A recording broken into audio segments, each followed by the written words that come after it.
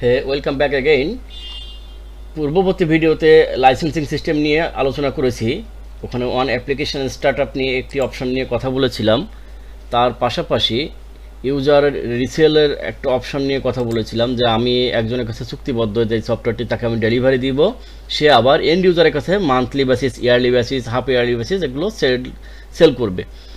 তো তার জন্য কি করেছি, আমি একটু দেখিয়েছিলাম ওয়ান অ্যাপ্লিকেশন স্টার্টআপ নিয়ে আমি একটা অপশনে কথা বলেছিলাম। পাশাপাশি এইখানে একটি পোর্টাল দেখিয়েছিলাম, এই যে পোর্টাল।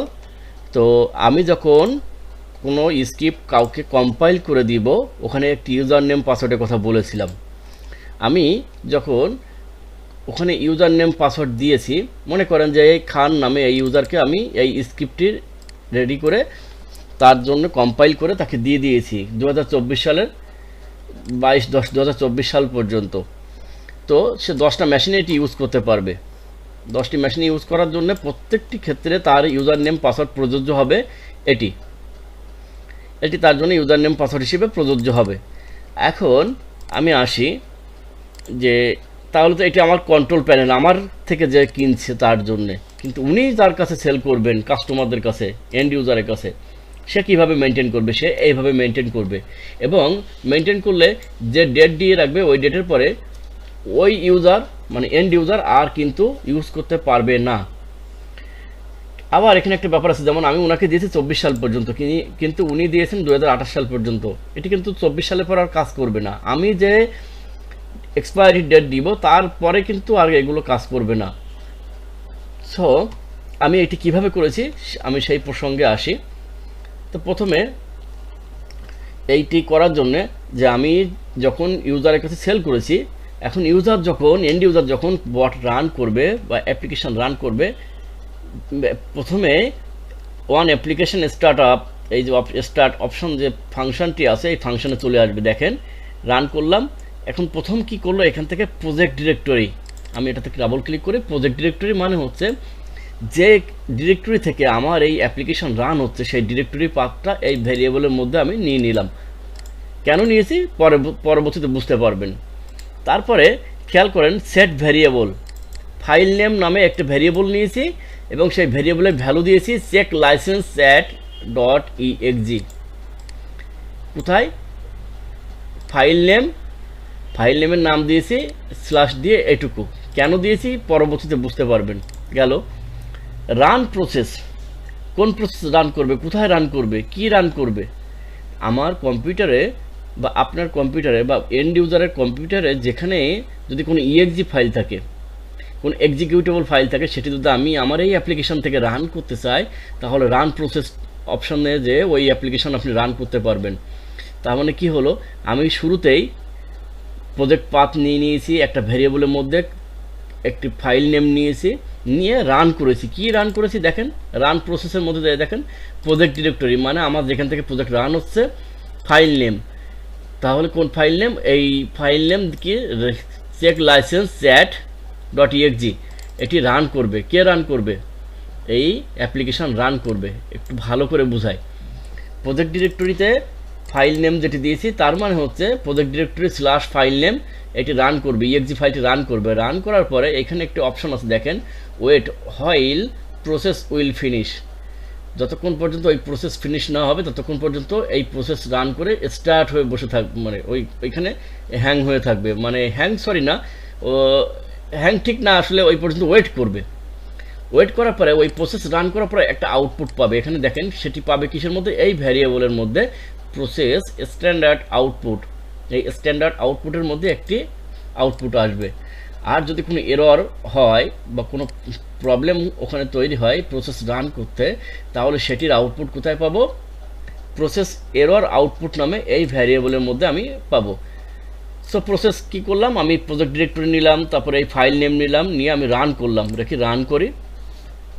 রান করার পরে আমি লক দিয়েছি। কি দিয়েছি দেখেন, প্রজেক্ট ডিরেক্টরি আর ফাইল নেম। কিভাবে রান করছে? তাহলে এন ড্রাইভে bot Google chat Tushar check licence dot chat dot EXE এই ফাইলটি রান করলো। তার মানে অবশ্যই এই check licence dot chat dot EXE ফাইলটি আমার এই ফোল্ডারের মধ্যে থাকার কথা। আছে কিনা সত্যতা প্রমাণ করি।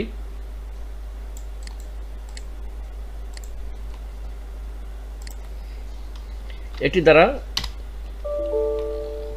সরি আমি এখান থেকে এই ফোল্ডারেই যাই ডাইরেক্ট এন ড্রাইভে N drive bot Google chat Tushar check licence dot EXE check licence dot EXE নামে কোনো ফাইল এখানে নাই এই জন্য রান হচ্ছে না তো তাহলে আমার এখন কি করতে হবে আমি যাই পরবর্তী প্রসেসটা দেখাই যদি আমি এখানে কি করেছি আমি চেক করেছি ইফ প্রসেস এরর আউটপুট কি আবার দেখাই এখানে আমি একটা এরর আউটপুট রেখেছিলাম যদি এরর আউটপুট ইকুয়াল ফাঁকা মানে ব্ল্যাঙ্ক হয় যদি কোনো আউটপুট এরর না হয় তাহলে ভেতরে ঢুকবে আর না হলে ঢুকবে না তো যেহেতু আমার এখানে এরর পেয়েছে কিভাবে বুঝবো আমি এরর পেয়েছে আমি এখানে প্রিন্ট করে দেখেন ভ্যারিয়েবলটি প্রিন্ট করে Ctrl-Z Ctrl-C আমি প্রিন্ট করলে বুঝতে পারবো যে কোনো একটি এরর অকার হয়েছে তো এরর অকার হলে আমাকে কি করতে হবে ভ্যারিয়েবল প্রিন্ট করতে হলে এভাবে ক্লোজারের মধ্যে দিতে হবে দিলাম আমি এরর পেয়েছি কিনা সেটা আমি এখন ট্রাই করব এখানে দেখার জন্য দেখেন এরর পেয়েছি কি বলছে and bot Google is not recognized মানে ওই পাতে কোনো পাইনি ওই ইএক্সজি ফাইল পাওয়া যায়নি এখানে তাহলে আমি ইএক্সজি ফাইলটি বিল্ড করে নিই এই কিভাবে পাই ফাইল থেকে .py ফাইল থেকে ইএক্সজি ফাইল করতে হয় সেটি আপনাদেরকে আমি অন্য একটি ভিডিওতে দেখিয়েছি অটোপাই টু ইএক্সজি কমান্ড দিয়ে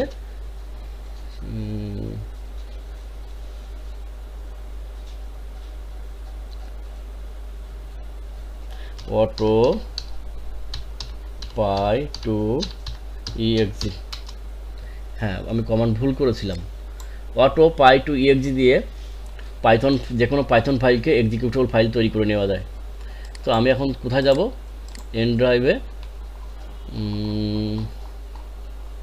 এন ড্রাইভে bot Google chat Tushar check licence এটি আছে চেক লাইসেন্স আমি অন ফাইল করে আমি আগে কম্পাইল করে আমি একটা এক্সিকিউটেবল ফাইল করে নিই যেহেতু ফাইল পথ পাচ্ছে না এক্সিকিউটেবল ফাইল কি এর মধ্যে কি লেখা আছে সেটি পরে দেখাবো তো আমি এটিকে রান করলাম দেখা যাক এক্সিকিউটেবল ফাইল হওয়া পর্যন্ত ওয়েট করি সো এক্সিকিউটেবল ফাইল তৈরি হয়ে গেল আমি আউটপুট ফোল্ডারটি ওপেন করলাম খুব সম্ভবত এই আউটপুট ফোল্ডারের মধ্যে এসেছে এক্সিকিউটেবল ফাইল আমি এখান থেকে কাট করে মেন ডিরেক্টরিতে নিয়ে আসলাম এখন যদি আমি এখান থেকে আবার রান করি প্রজেক্ট ডিরেক্টরি একটু দ্রুত দেখাচ্ছি আমি অলরেডি এক্সপ্লেন করেছি সেই কারণে আমি আগের প্রসেস আউটপুট ক্লিয়ার করে দিলাম প্রসেস কিন্তু এখন রান হচ্ছে দেখেন যদি এরর হতো বা না পেতো তাহলে কিন্তু এতক্ষণ এখানে ওয়েট করতো না আচ্ছা প্রসেস রান হলো রান হওয়ার পরে এই ফাইলটি রান করেছে আমার বট নিজেই তারপরে এখানে আউটপুট দেখেন আমি আউটপুট 0 মানে কিছুই পাইনি কোনো আউটপুট এরর হয়নি তার মানে যদি আউটপুট এরর না হয় কন্ডিশন দিয়েছি আউটপুট এরর যদি না হয় তাহলে ভেতরে বাকিটা প্রসেস করবে স্প্লিট সেন্টেন্সেস টু ওয়ার্ড এটা কি আসি এখানে প্রসেস স্ট্যান্ডার্ড আউটপুট যে আউটপুটটি আমি পেয়েছিলাম সেই আউটপুটের আমি কি করেছি স্প্লিট করেছি ওয়ার্ড লিস্টের মধ্যে নামে একটি ভ্যারিয়েবলের মধ্যে স্প্লিট করেছি কেন করেছি পরে এক্সপ্লেন করছি যাই লাস্ট এলিমেন্ট এই ওয়ার্ডের মধ্যে কোন লাস্ট এলিমেন্ট যেটা আছে সেটা আমি নিয়ে নিলাম নিয়ে ইফ লাস্ট এলিমেন্ট মানে সরি আমি ভুল বলেছি আমি যেহেতু আউটপুটে কোনো এরর পাইনি তাহলে কি পেয়েছি স্ট্যান্ডার্ড আউটপুট মানে এখানে দেখেন এই যে স্ট্যান্ডার্ড আউটপুট আমার ওই যে কোড রান হওয়ার পরে একটা আউটপুট যে জেনারেট হয়েছে সেই জেনারেট আউটপুটটি এই স্ট্যান্ডার্ড আউটপুটের মধ্যে এসছে তো আমি কি করছি স্ট্যান্ডার্ড আউটপুটটাকে স্প্লিট করে ওয়ার্ড লিস্ট নামে একটি ভ্যারিয়েবলের মধ্যে নিয়ে এসেছি আচ্ছা নিয়ে আসার পরে ওইখান থেকে লাস্ট এলিমেন্ট আমি নিয়েছি লাস্ট এলিমেন্ট নিয়ে আমি চেক করেছি যে ওই লাস্ট এলিমেন্ট ইকুয়াল টু মানে আমার আউটপুটটা মানে এই তারপর এইরকম কিনা যদি হয় তাহলে এখানে দেখাবে you have active license enjoy তারপরে যদি ওখানে দেখায় যে না লাস্ট এলিমেন্ট যদি হয় এক্সপায়ার্ড, তাহলে এখানে দেখাবে your licence has been expired. যদি কোনো এরর থাকে তাহলে সামথিং এরর ওখানে দেখাবে, অথবা লাস্ট এলিমেন্ট ইকুয়াল যদি ফাঁকা দেখায় কোনো কিছু নেই, তখনও এখানে একটি এরর দিয়ে ফেল করে দেবে, বট আর নেক্সট রান হবে না। এখানে ফেল করে দিয়েছি। এলস কন্ডিশনে তো যাবেই না, কারণ আমার যেহেতু এলস কন্ডিশনে কাজ নেই। দেখেন মেইন প্রোগ্রামে কিন্তু মেইন ফাংশনে চলে এসছে, আমার প্রোগ্রাম রান হলো। তাহলে কি চেক করলো এখান থেকে যে অ্যাক্টিভ লাইসেন্স আছে কিনা। এখন প্রমাণ সহ আমি এখানে প্রমাণ দিই আপনাদেরকে। দেখেন আমার এইটি হচ্ছে আমার কম্পিউটারের ইউইউআইডি। আমি লাস্টে 9-এর জায়গায় আরেকটি 9 অ্যাড করলাম, করে আমি যদি আবার ওয়ান অ্যাপ্লিকেশন স্টার্টআপে যাই এবং আমি ম্যানুয়াল এখান থেকে রান করি, দেখেন আমার কিন্তু এখন এই আমার কম্পিউটারে ইউইউআইডি ম্যাচ করবে না। আর যদি ম্যাচ না করে তাহলে অ্যাক্টিভ লাইসেন্স এখানে আর দেখাবে না। দেখি এখন প্রসেস রান হলো। রান হওয়ার পরে স্ট্যান্ডার্ড আউটপুটে এই ট্রিপল এটি এখানে দেখাচ্ছে পেয়েছে। তাহলে আমার কম্পিউটারে ইউইউআইডি সরি তুষার ফটো, আর এটা হচ্ছে তুষার চ্যাট।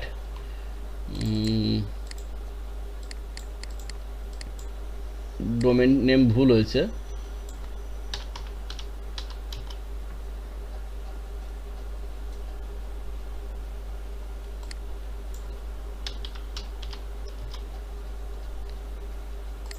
আমি ডোমেন নেমটি ভুল করেছি, আমার মনে নেই ডোমেন নেমটি কি, সেটা একটু দেখে নিই। তুষার চ্যাট এই লিঙ্কে অনেকে বলবে যে ভুয়া, আমি এক জায়গায় দেখাচ্ছি আরেক জায়গায় দেখাচ্ছি। এই জন্যে মানুষের তো কমেন্টের অভাব নাই, আমি এইখানে ঢুকে দেখাই যে এইখান থেকে আমি আমার কম্পিউটারে ইউইউআইডি চেঞ্জ করে দিলাম।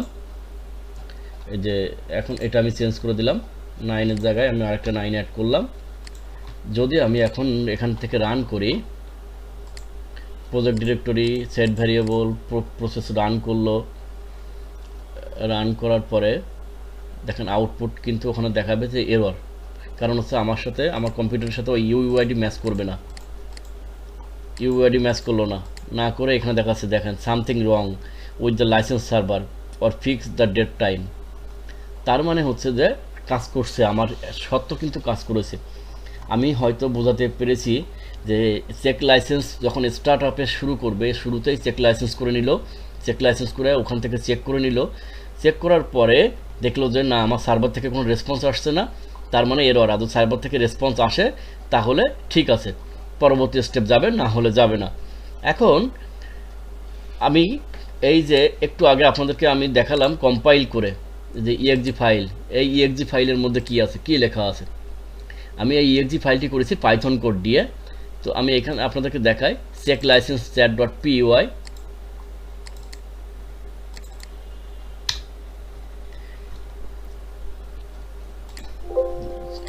আমি সিকিউরিটির জন্য এটা দেখাচ্ছি না। এখন আসে এইখানে এই সেম কোড এইরকমই, খালি এই কিটা চেঞ্জ।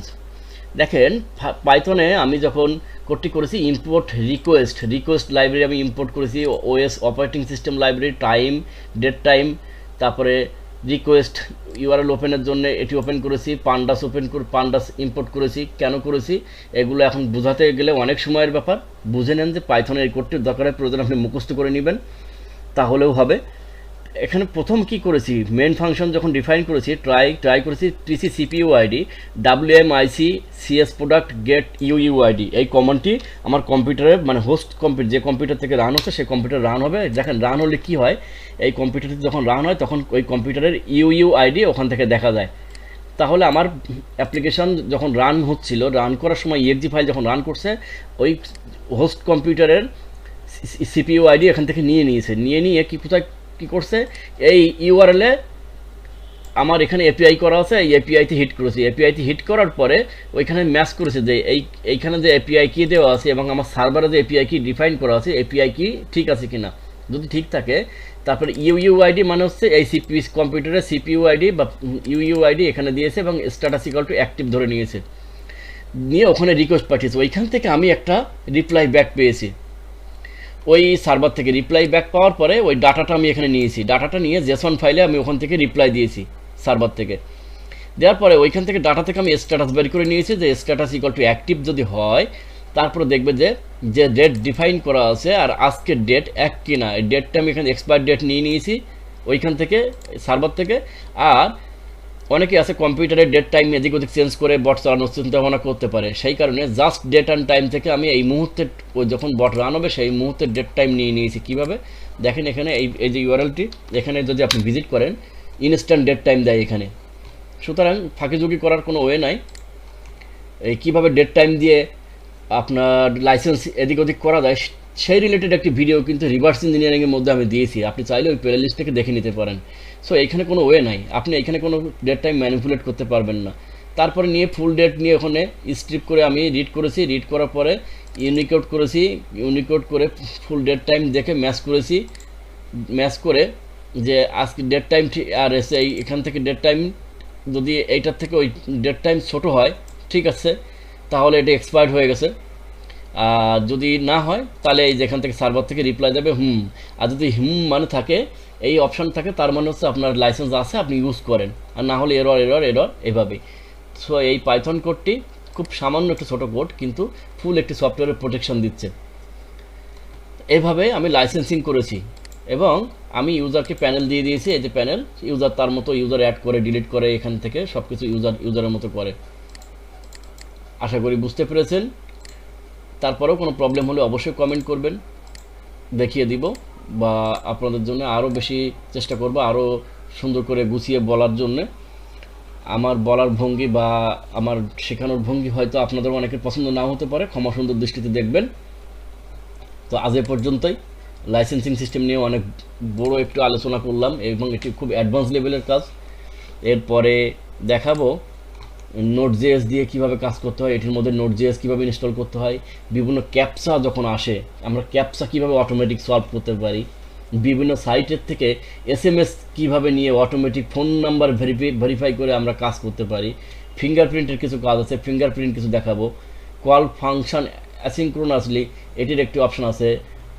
আইডেল ইমালশন মানে হচ্ছে, এই যে ইমালশন হচ্ছে যে আপনি একজন ইউজার কীভাবে ইন্টারাক্ট করে, মাউসে দিকে নিয়ে যাওয়া, ওদিকে নিয়ে যাওয়া, ঘোরানো, সেই রিলেটেড কাজ আপনি করতে পারবেন। মেইল নিয়ে অনেক কাজ করা যায় এখানে, আমি মেইল নিয়ে কাজ করেছি, যদিও এই মুহূর্তে নাই, আপনাদেরকে দেখাতে পারবো না, এই জন্য মেইল ফাংশন নিয়ে কাজ করবো না। ডাটাবেজ নিয়ে কাজ, সো ডাটাবেজ নিয়ে যখন কাজ করতে যাবেন, আমি প্রথমেই বলেছিলাম যে প্রোগ্রামিং নলেজের দরকার নেই, ডাটাবেজ নিয়ে কাজ করতে হলে একটু মানে আপনাদের ডাটাবেজ সম্পর্কে ধারণা থাকলে ভালো, না হলেও পারবেন। সো এই পর্যন্তই। এখানে অপশানগুলো আপনারা আরও দেখতে পাবেন, বিশেষ করে বাবলো সফটওয়্যার নিজেদের ওয়েবসাইট আছে, সেখানেও দেওয়া আছে, কিন্তু ওদের রিসোর্সগুলো খুব একটা রিচ না, আর বেশিরভাগ রাশিয়ানে ল্যাঙ্গুয়েজে দেওয়া, যে কারণে একটু বুঝতে অসুবিধা। ইংলিশে পাওয়া যায়, বাট ওই ধরনের আসলে ইংলিশে সব কিছু নাই ওখানে। আরেকটি মজার ব্যাপার হচ্ছে, যখন আপনি কাজ করতে যাবেন লিস্ট নিয়ে একটু পড়াশুনো করবেন, লিস্ট নিয়ে খুব দারুণ কাজ করা যায়, ডাটা ম্যানিপুলেট করা যায়। আরেকটি অপশন আছে ফাইল সিস্টেম নিয়ে, এটি নিয়েও আপনি কাজ করতে পারেন, দেখতে পারেন একটু। সো সবাই ভালো থাকবেন, সুস্থ থাকবেন। ধন্যবাদ সবাইকে ধৈর্য ধরে ভিডিওটি দেখার জন্য। ভালো লাগলে অবশ্যই লাইক করবেন, কমেন্ট করবেন এবং সাবস্ক্রাইব করবেন। আপনাদের অনুপ্রেরণায় আমি পরবর্তী ভিডিও দিতে আরও বেশি উৎসাহ বোধ করব।